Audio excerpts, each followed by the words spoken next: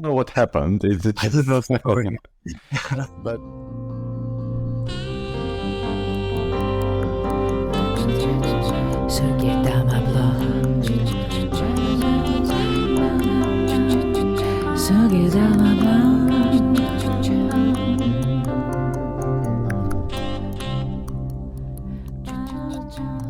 hey everyone, welcome to episode 45 of Sugidama Podcast, the podcast about Japanese sake, a drink as natural and traditional for Japan as wine for France. And today we will talk about how sake is faring in France and whether it's easy to coexist with wine in a winemaking country. But before I introduce my guest, let me tell you about our sponsor, London Sake, who has one of the widest selections of premium and craft sake available online today. You can choose from over 100 sake from 25 breweries, and they will deliver across the UK and many European markets. And if you don't know what sake to choose, you can use simple online tasting notes together with very sensible and affordable food pairings to help you decide. What's more, you can get a 10% discount by just using the code SUGIDAMA, all caps, during checkout. London Sake, making sake simple. My name is Alex and I live in London. I am certified sake specialist, sake judge, sake educator and sake advocate. Besides this podcast, I have Sugidama blog where I write about all things sake and publish tasting notes, overviews and information about sake events happening in London.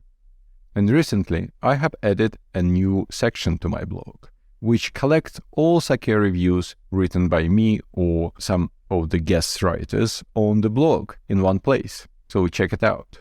So today, I'm talking to Tony Yip, who is based in France, but has a sake and wine education company, VSF Wine Education, here in London. They run sake WCT courses and have recently announced a shochu advisor course, which I have already signed up for.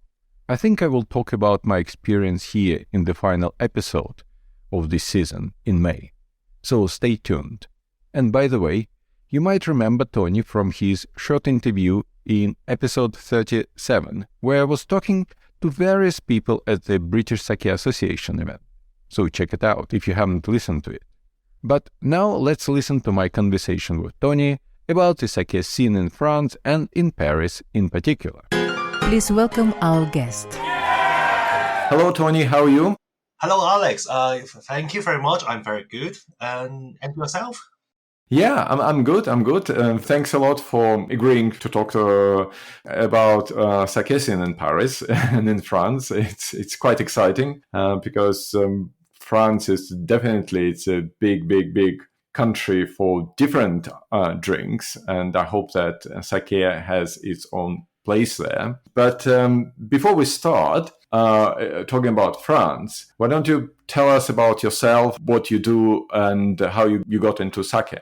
So first of all, thank you for inviting me. And so my name is Tony. I am based in Paris. However, I co-own a wine school called VSF Wine Education that is based in London. And so we run wine, spirits, and also sake courses. But also we sell wine and sake on our website. How I started, that was actually many years ago. I originally come from Hong Kong, and when I was in Hong Kong, I started drinking sake already. So that was like 20 years ago. But I was only casually drinking without taking any courses.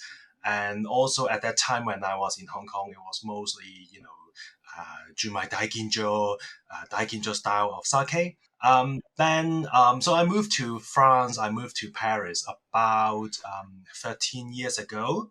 And so in the first few years, I was really more focusing on drinking wine and other European drinks, as you can imagine, because France is wine producing country. But then I remember once I was in a restaurant and they actually, they had this wine and food pairing. to go together with the tasting menu. And so I was really just expecting, to have 4 or 5 glasses of wine, just like in any other restaurant. But then it was a French restaurant. But then one of the drinks was actually sake. Really? That was to pair with one of the dishes, and so I was really pleasantly surprised. I said, "Wow, this is a sake." And that was really different from what I expected because, as I said, in the past, it was more, the daiginjo, Jumai daiginjo style of sake. But then it was a Jumaishu. And so I said, wow, that's something so different from my experience of sakes. And that's how I started to try to learn more about sake. I wanted to, understand more and to, see the different styles. So I started to read up on sake. And then I also started to take sake qualification courses, such as those offered by, WSET and other organizations. And and so because of that, because of my passion for sake, and because I happen to be co-owning this wine school, so we started to also offer sake courses just a few years back. Yeah, it's quite interesting. It's quite interesting that you had to come to France from Hong Kong and tried sake at the French restaurant to pick up your interest again for such an amazing drink. Yeah. So it was indeed very interesting for me as well because I really didn't expect that, but it's really a fascinating drink. And also, in France, nowadays, there are many sake events here in Paris. But also, more and more French restaurants are starting to use sake in their, in the restaurant.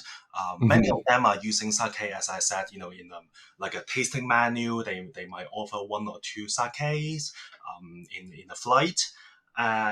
So I think it's something that is getting more and more popular.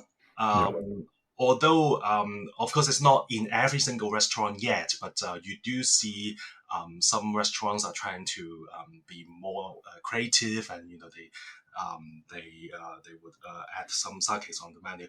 I know one French restaurant even has there's this one French restaurant having close to 30 bottles of sake on offer. Wow. Yeah. Oh, interesting. Yeah. So how does sake and wine coexist in France? Because France definitely it's a well-known wine country. It's probably the wine country in the world. Probably one of the two, like Italy and France. Yeah. And so how do they coexist? Well, I think still today, the wine consumption is still much bigger than sake. However, because is such a big and important wine producing country, so a lot of people have experience in drinking alcohol to begin with. So, it's not something that they would, refuse, So what I do is, for example, when I am invited to a party in France, I would often bring a bottle of wine and a bottle of sake, just to let my friends try. But I think in a lot of places as well, you wouldn't really completely use sake to replace wine. So, as I was saying, some of the restaurants, they may have a few bottles of sake on the menu, but then, predominantly you still see a full list of wine. Maybe there are 100 bottles of wine, but then, a few bottles of sake on offer. So they do coexist, but still predominantly is wine. However, I think the French customers are happy to try out. Some of them are very happy to try out new things, and especially because in wine pairing, often we say there are things such as umami-laden dishes that are very difficult to find a wine to pair with, and in that case, sake would work perfectly, and that would be something that a lot of restaurants can experiment with, and that's something that can surprise a lot of the customers, and that can get them into trying sake. Yeah, interesting.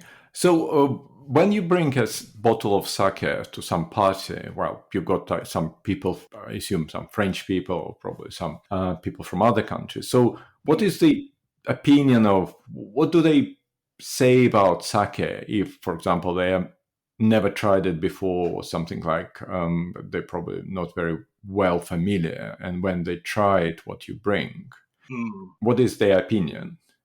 What do they think about sake?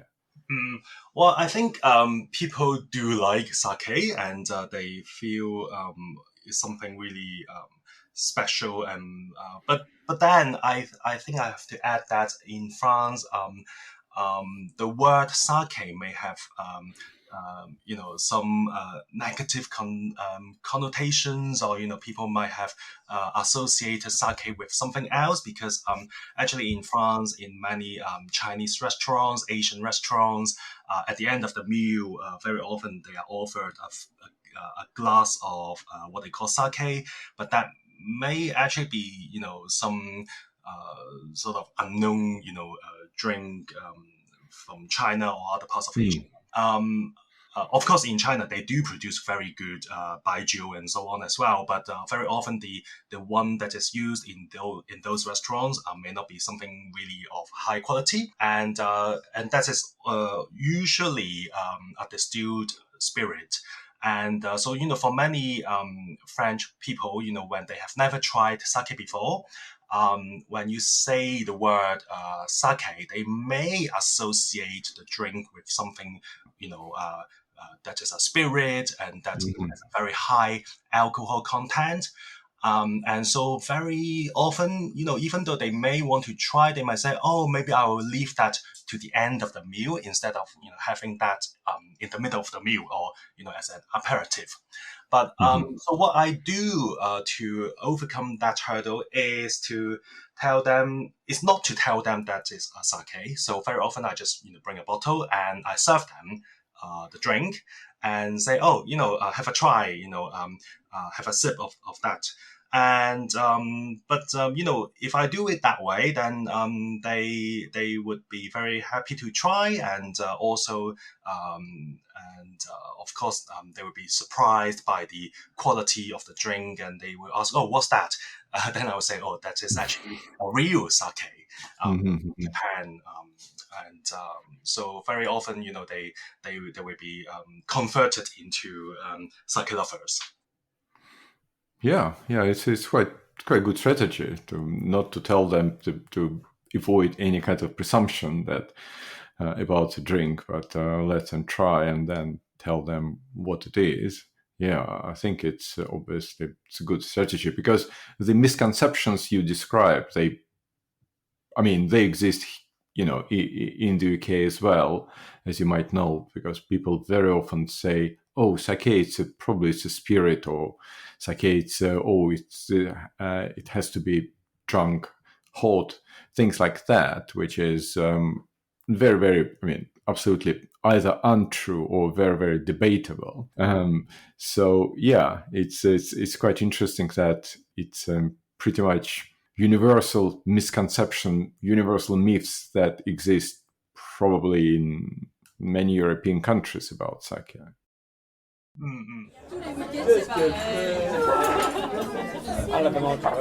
So you mentioned French restaurants that serve sake as well, because in most cases, sake, if you go to a restaurant, it's usually a Japanese restaurant where you can find sake. But it's obviously very interesting how French restaurants use sake on their menu, how they pair it with French food.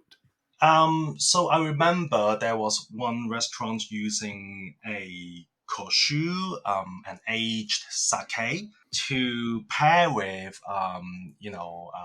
charcuterie, to pair with what they call pâté en croûte, Mhm. and but also a lot of times sake may be used to pair with cheese and also dessert as well. So especially those sakes that are sweet, medium sweet to sweet. And I think, especially also when it comes to dishes such as asparagus or things with a lot of mushrooms, dishes that are very high in umami, it is very difficult to find a wine, and in those cases, sake would really, really match the dishes very well. And so a lot of the restaurants in France, French restaurants, although the dishes may be using totally French ingredients, it can be a very good pairing partner to Mhm. use sake in those cases. Mhm. So when you drink sake in Paris, when you drink it in France, for example, if you don't go to a restaurant but you want to drink it at home, so what kind of food do you have with sake? Well, at home, I do actually like cheese a lot, and I use a lot of sake to pair with cheese, especially sakes like using the Yamahai method, Kimoto Mhm. method, because they are very high in acidity, high in umami, and so they have profiles that match with cheese a lot, because many of the cheeses are high in lactic acid as well, so they are a natural match. Mhm. And sometimes even if it's beef, even if it's things like that, I could use a rather bold, junmai shu, or Yamahai to go with dishes like that as well. Um, Otherwise, I also use sake such as daiginjo, jumai daiginjo, to pair with whitefish. So it doesn't have to be Japanese sashimi Mhm. kind of whitefish, but whitefish in general that could also work with lighter sake as well. So Mhm. maybe Tane Kalikuchi kind of sake that could work with fish in general, no matter how you cook it. Okay. Yeah. Yeah. Makes sense. Makes a lot of sense.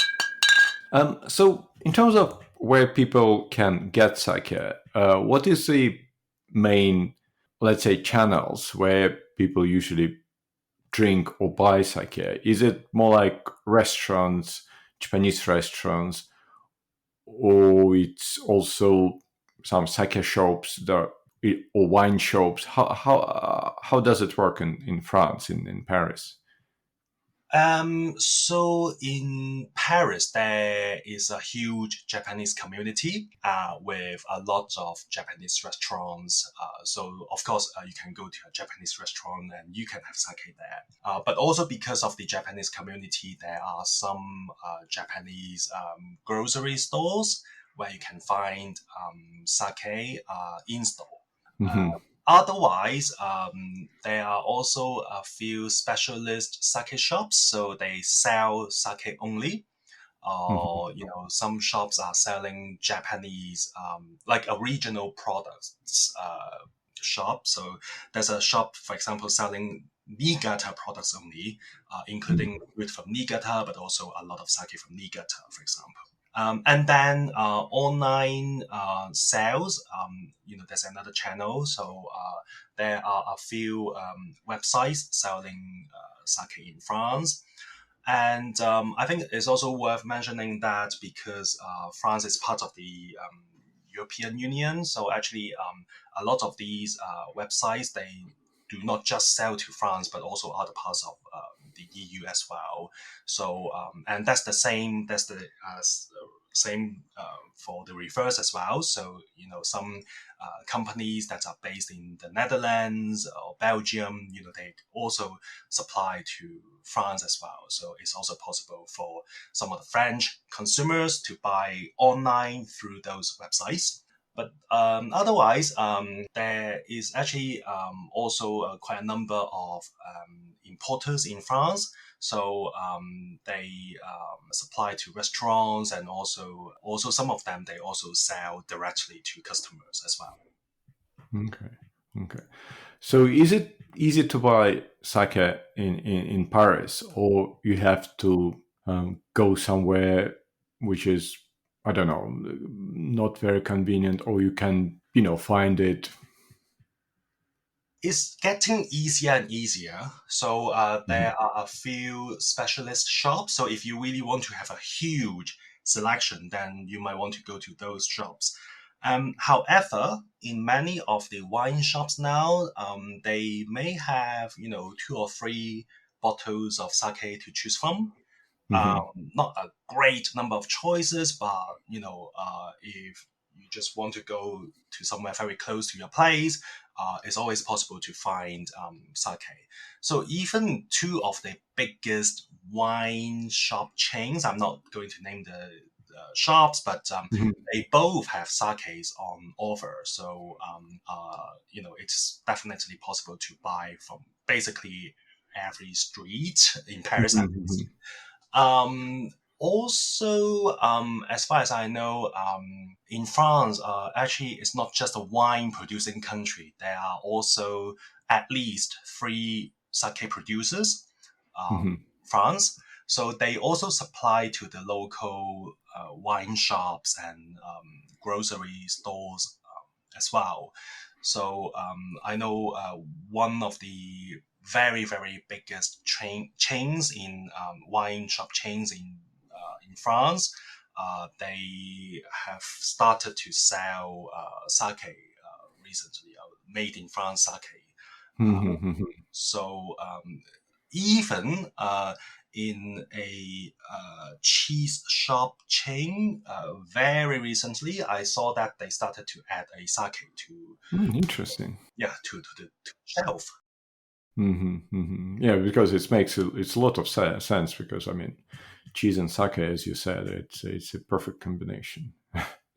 Yeah, and I think it's the result of a lot of the work of a lot of people, because they've been really promoting the notion of pairing cheese with sake. So I've seen some of these master classes going on in town, and so some of the cheesemongers, they started to realize that, it's not just wine with cheese, and it could be beer with cheese, but also sake with cheese. So there's something very promising going on there. And also a lot of the sommeliers, they in high-end restaurants, they have started to take courses, and also because there's the union of French sommeliers, and they've been cooperating with the Japan Sake and Sochu Makers Association. So they've been running some training for the sommeliers to learn more about sake. So the idea is for them to introduce sake to the restaurants, and with them, then customers will be exposed to sake. So that also is helping the spread of sake in France. Yeah, definitely. Have you noticed any preferences, like for any type of sake in France? Because I did the interview with sake importers from Hong Kong. And they were talking about, as you mentioned at the beginning, that a lot of sake in Hong Kong is Junmai Daginja, very like a top market premium stuff. And in the UK, I know that people prefer things like Karakuchi, this sake which is more like on more acidic, more dry side, for example. In France, I think it depends on the importer. So some of the importers only import very high-end ones, but then there are also other importers that do import a variety of styles. However, for the customer side, I think because I do man stands and some wine fairs and so on in France, and as far as I notice, actually. People are quite open-minded, so some of the customers they do enjoy bolder styles, those that are like junmai, tokubeju junmai, very lactic, very cereal, because they feel that there's more complexity. But then there are, of course, people who prefer the lighter aromatic ones, the junmai daiginjo ones. And also, I think sparkling sake is actually on the rise as well. So I know that there's a very famous restaurant group, Michelin-starred restaurant group in Paris that has started to cooperate with one of the sparkling sake producers to have their own sparkling sake, for example. And also, sparkling sake is also served in many other French restaurants as well. So, as an aperitif. So that works. And also, I've noticed that Koshu tends to receive very good comments. And also in some of the sake competitions in France, the Koshu tends to receive very good marks, very good comments from the judges. Yeah, it's interesting about kosher, because it's not the easy sake to introduce to people, because it's very, very distinctive, both in taste and smell, and it's a beautiful sake. But obviously, it's I would say less straightforward in terms of taste and how you pair it. It's less straightforward, but I think those who like koshu, they like the complexity of koshu, because there's a huge array of flavors that you can find in the koshu, but also the texture, is bolder, is maybe they tend to have really pronounced intensity, very long length. And maybe it also reminds people of some of the wines that they are familiar with. That could be something similar to sherry, or maybe something like, in France, there's Vin Jaune from the Jura region. So, for some of the wine drinkers here in France, that's something that they can relate to. So that's why it's, although it is something very different from what we know about sake, for some of the consumers here, they think, oh, that's something that they can relate to. Because sake may be too delicate for some of them. Yeah, I think so. Okay, before we continue our conversation about Japanese sake in France, let me remind you about London Sake, our sponsor, and their huge selection of curated sake sets, which provide a great opportunity to explore various styles and types of sake. Have a look, but don't forget about the magic word Sugidama, all caps, to get your 10% discount.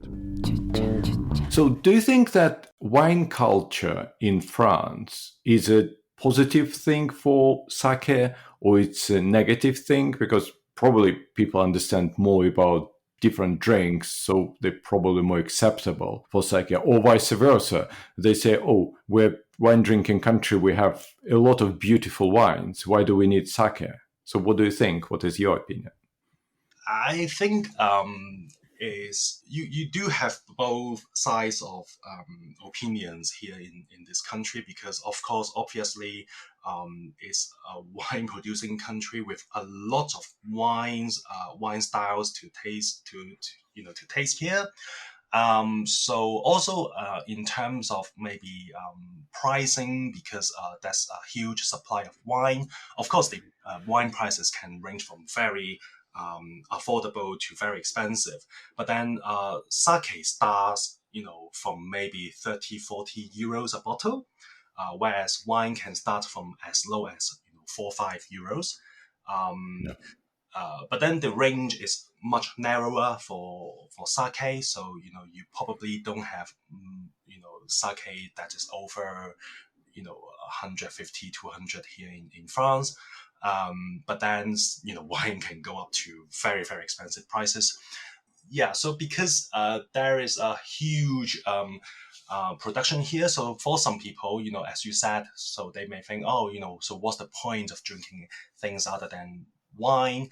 But then at the same time, because they understand the different flavor profiles, they understand the beauty of pairing wine with food. So for some of the consumers, they can understand also why sake can play a role, because sake does offer some other flavors, and does offer more opportunities for pairing. And I think pairing is something unique in the promotion of sake especially in France, because that's really something important in daily life, because a lot of people, when they drink wine, they don't just drink wine per se, but they drink wine in order to pair with their food. Yeah. So in order to promote sake, especially in France, it is very important to also think about the possibility of pairing, because that's probably when most people would drink. It's maybe rarer for people to just open a bottle and sit down and drink. But then why not when promoting sake, think about the possibilities of pairing, and that's really the case right now in France. So even for some of the local producers here, when they you know when they introduce their sake, or even on the back label, they do talk about the pairing suggestions, and I think that suits the French market really well. Yeah, I think I agree that pairing it's very important point, especially in France, where people probably usually drink and eat, compared to, like, for example, in the UK, people can drink without eating and then eat, which is one of the particularity of the British sort of drinking eating culture. So have you noticed any interesting trends, or you've got any observation about sake in France, which you can share with us? Yeah, I think first of all, because there are so many restaurants that start to offer sake. That's certainly an area to follow. But also, many chefs are now starting to use sake as an ingredient as well. Mm. So I have noticed that sometimes they might say, oh, the sauce is made with sake, or the fish or whatever has been soaked in sake for some time, or they could be using sake leaves, the kasu, to make dishes as well. So or for the desserts, using sake leaves or other ingredients associated with sake. So that is definitely something new in recent years here in France. And also, sake is used in some bars now. So I've noticed that, as a cocktail ingredient. So some of the bartenders have now started to incorporate sake in the menu, not just as a drink per se, but as part of a cocktail, for example. Yeah, yeah, interesting. Do you think that we will see the time when you can walk into a French bar and order sake there, and they will have it on the menu, and they will not only have it one, but some kind of choice? Or do you think sake will remain some kind of niche drink for France? I hope sake will become more and more popular. Maybe it's difficult to have sake totally replacing wine because wine is still the mainstay in France. But I certainly hope there will be more and more sake choices in France, and hopefully that will be available in every single bar. And I noticed that I know that there is bar, izakaya bar in Paris, serving sake on the keg, so on tap, Mhm. like a draft sake. So that might be something that's going to be trendy, and actually that's a good way to serve, especially for example Nama sake, sake Mhm. that's not been pasteurized, maybe shipped from Japan, and so serving it like beer, and so that could be something that will get popularized, and I hope at least more and more bars, regular bars will start to add sake to that list. But I'm very happy to see already, in some even some supermarkets, and as I said, some wine shop chains, they do have sake. So and it's quite recent, they just started last year or so.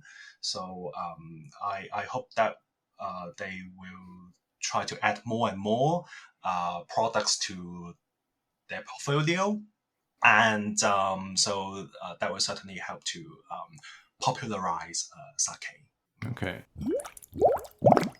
And do you think that the local sake, which you mentioned, there are 3 breweries which make sake in France. Do you think it's a good thing for sake that the local breweries they produce local sake, or you think it's not a good thing? Because what I noticed, I tried only one French sake, and what was interesting, it was a, a bit close to French white wine, which is quite interesting twist, because I think it's a good thing, obviously, for people to try because it's something very familiar for them. But on the other hand, it's a bit different from your classic Japanese sake. So, what is your opinion? What do you think? Um, I think well, as I said, there are 3 different producers, and the 3 of them are adopting very different approaches. Hmm. And but in any way, what is good is that because they are locally produced, so you do save a lot on taxes and also transportation. It produces less carbon, emissions. Yeah. So it's better for the environment as well. But also, as far as the one that is wine-like sake concerned, I think that might be a good strategy because already there are many sake producers in Japan, producing the traditional kind of sake. So perhaps it's also a good idea to be thinking out of the box and to produce something that is different, to add a new product to the existing market. So I think that could be something positive, and also it may be serving as a gateway, so for people to start trying sake, because I know that the prices of the locally produced sake are usually cheaper than the imported ones. So, and they are very good at marketing as well. So, a lot of people have never tried, sake before, and so at least by trying their products, they will then start to learn more about sake, on the website and so on. They do talk about the traditional Japanese way of sake making, the use of koji, the use of yeast and water and rice. So at least that might, generate interest. And so some of these people may, then turn to other sake. So I do think this is positive. Mhm. And having said that, I understand that they are also, trying to explore because it is a completely new market. They were also, asking themselves, oh, should I do this, or should I, still adapt the taste to the French palate? I think that's a question that they keep constantly asking themselves as well. And I noticed that they may they keep turning out new products as well. So it's not just the original products that they are producing, but they are also adding different new products. So some of these French sake breweries are having aromatized sake, or sake Mhm. with local apricots. Instead of using ume from Japan, they use apricots grown in France, for example. Um, so I think all these are really helping to develop the sake market. And I myself, I'm very positive about all these efforts.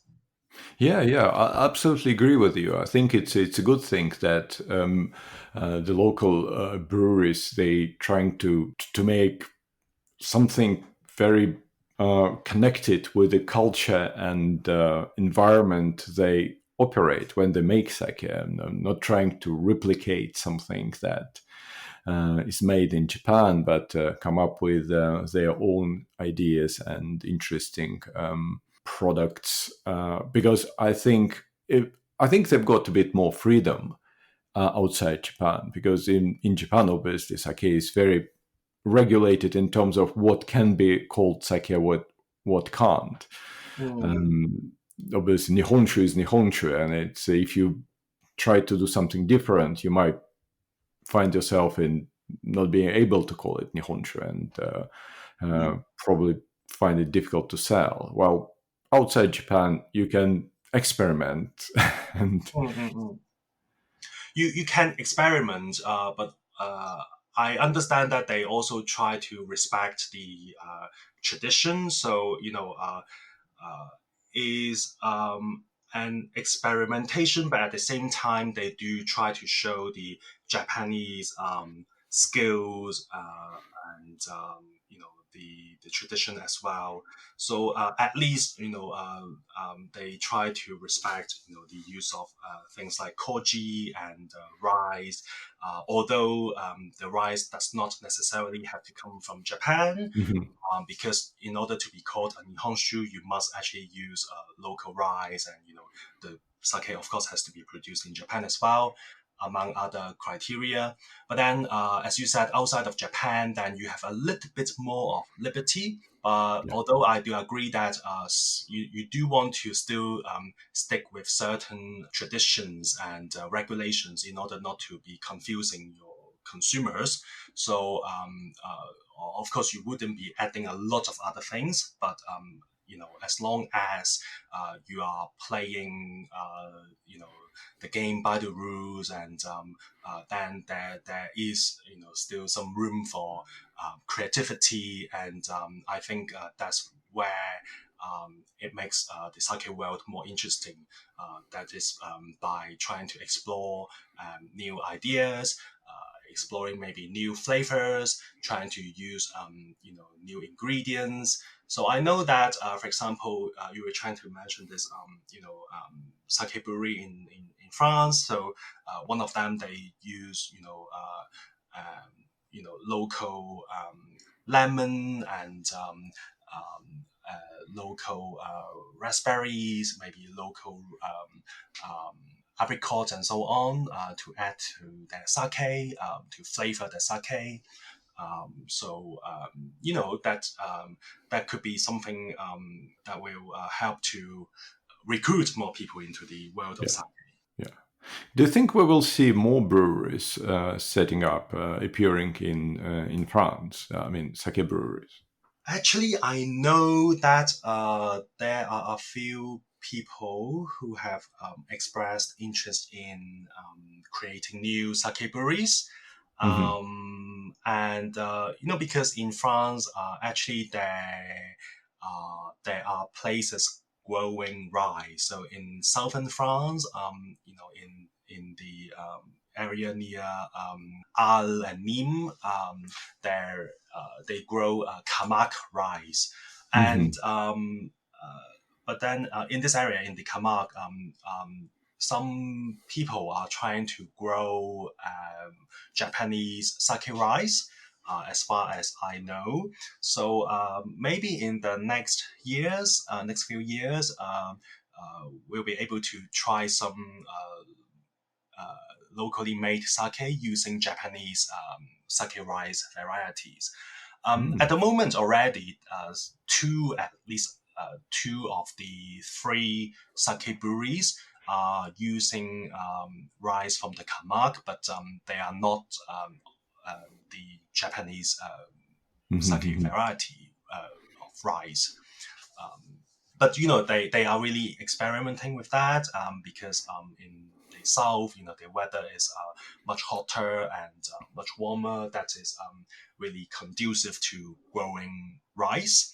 And also I know that right now there is no polishing machine in Europe yet, but it is possible that one of the producers or some of them will group together to buy a polishing machine, and that will hopefully mean that it's possible to polish the rice grains in order to achieve a lower seimai-buai, in order to produce daiginjo, ginjo style of sake in the future.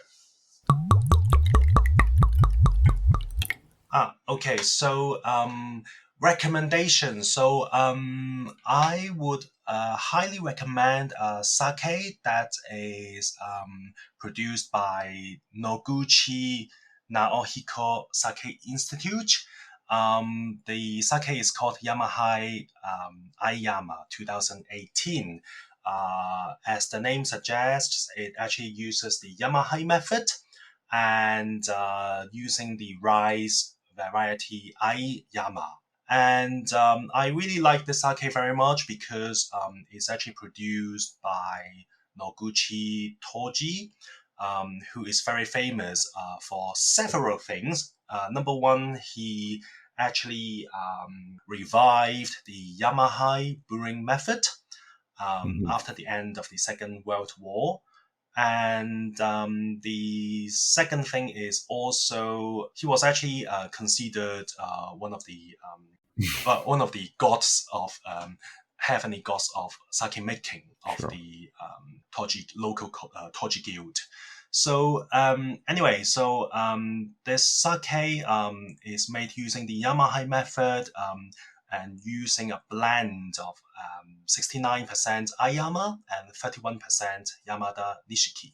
And one of the key thing about this sake is that they, as in other sakes made by this brewery, they are actually is called there's a method called nama jukusei, which is aged nama sake. So that's the case here. And if you haven't tried yet, you can find the sake from our friend Tengu Sake, and the sake has on the one hand, restrained aromas of peach and white pepper and so on, but then you would still find some umami and has a silky palate.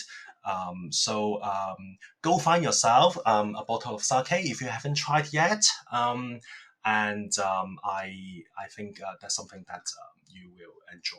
Thanks a lot for the recommendation. It's quite good recommendation because I've recently recorded interview with Oliver from Tango Sake, and we talked about Noguchi Sake, and we tried 3 sake, but not this particular sake that you recommended. So it's a great addition to our conversation with Oliver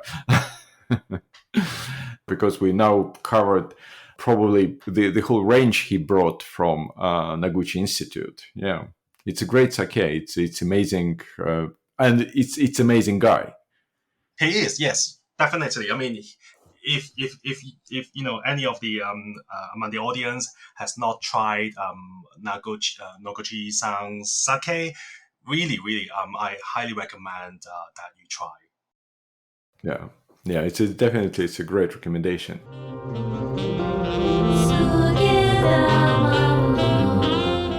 Okay, thank you very much. It was very interesting conversation. I've got much better understanding how sake exists in France, and understanding of the sake scene in France. So I hope that the sake from probably it's still concentrated in Paris, but I hope that it will be growing outside Paris as well, given that the brewery is probably located in not in Paris, obviously.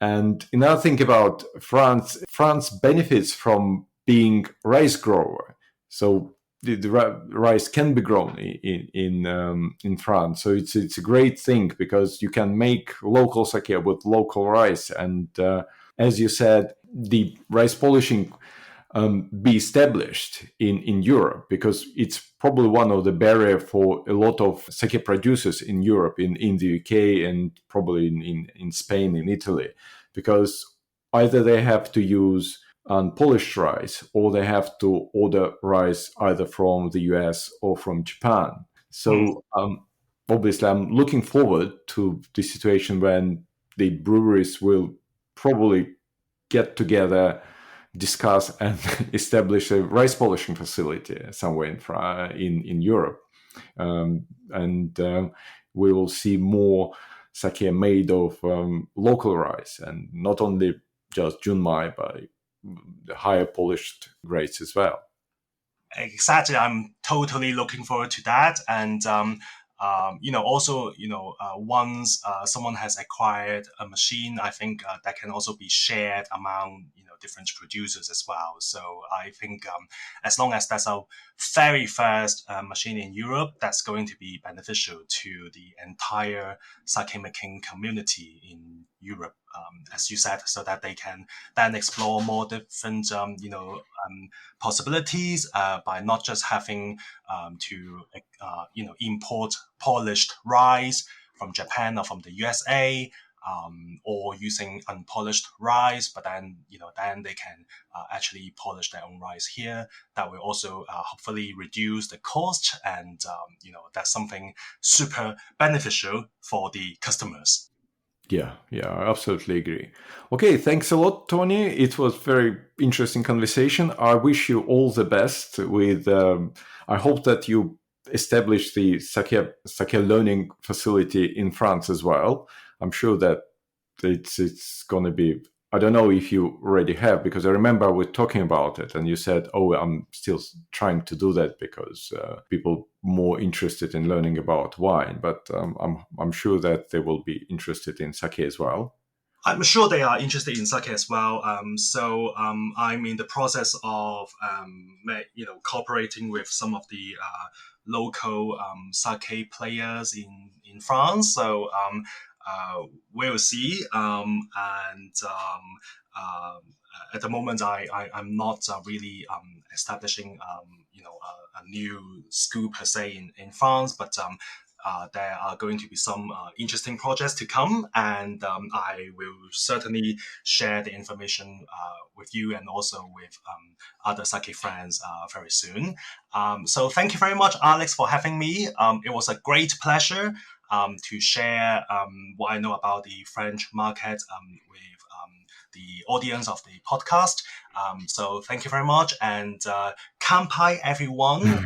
Drink more sake, and hope to see some of you in future events very soon. Okay, thank you very much, Tony. Thanks. Great. Bye-bye. Thanks.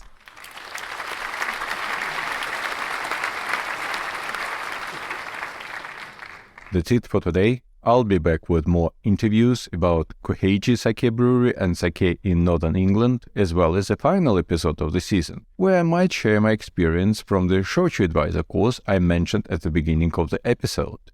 In the meantime, buy a bottle of Noguchi sake recommended by Tony.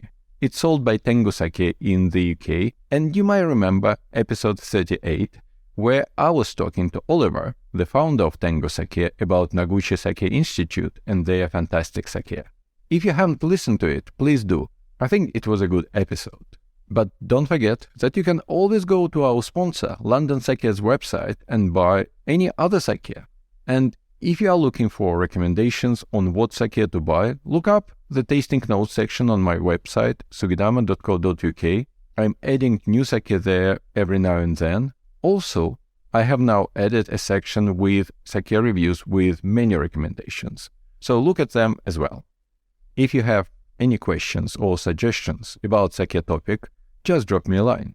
My email address is alex@sugidama.co.uk, or you can tag me on Instagram at sugidamablog in one word, or on Mastodon at sugidamablog@universeodon.com. Again, if you like the episode and want more, hit the subscribe button, and you will get every new episode downloaded to your player as soon as it's out. If you would like to give me a bit of support, please leave a review or rate Sugidama Podcast on Apple Podcasts, Spotify, Podchaser, or any way you can do it. But more importantly, please share this podcast with your friends on your social media, chat apps, anywhere. The more new people start listening to Sugidama Podcast, the more actively the podcasting platforms start recommending it to other listeners. So, it's the best way to bring new people to the world of sake and support Sugidama Podcast.